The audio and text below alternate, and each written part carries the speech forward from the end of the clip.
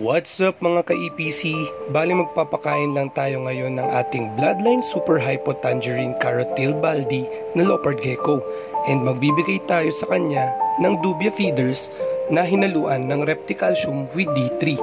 Bali nagbibigay tayo ng Repticalcium with D3 every other feeding para tumibay yung mga buto ng ating mga alaga at hindi sila magkaroon ng metabolic bone disease. Inahalo lang ito sa feeders every other feeding. Ipipinch grab nyo lang sa inyong daliri at isprinkle nyo lang sa feeders, then you're gonna shake it well. And ready na natin ibigay yung mga feeders sa alaga nating Leopard Gecko. Ang vitamin D3 ay ginagamit at nakakatulong para mas maayos na maabsorb ng ating alaga ang calcium. If you like this content, share this video and follow for more. Salamat!